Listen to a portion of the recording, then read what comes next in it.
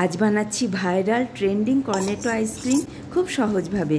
এর জন্য আমি কম্পাউন্ড চকলেট নিয়েছি, যেটা মেল্ট করে নিয়ে পাইপিং ব্যাগের মধ্যে এরকমভাবে স্প্রেড করে একটা গ্লাসের মধ্যে রেখে দিলাম কোনের শেপ আনার জন্য। আইসক্রিমটা একটু ঠিক বানানোর জন্য এখানে আমি সুন্দর করে কাস্টার্ড বানিয়ে নিলাম।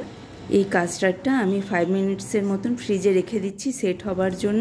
কাস্টার্ডটা সুন্দর সেট হয়ে গেছে।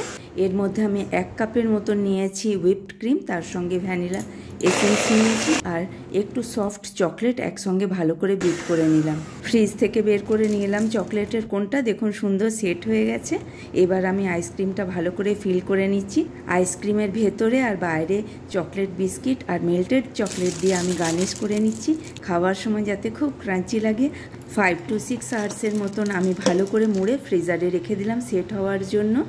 সুন্দরভাবে রেডি হয়ে গেল ভাইরাল কর্নেটো আইসক্রিমটা। দেখুন, লাইক করার অনুরোধ।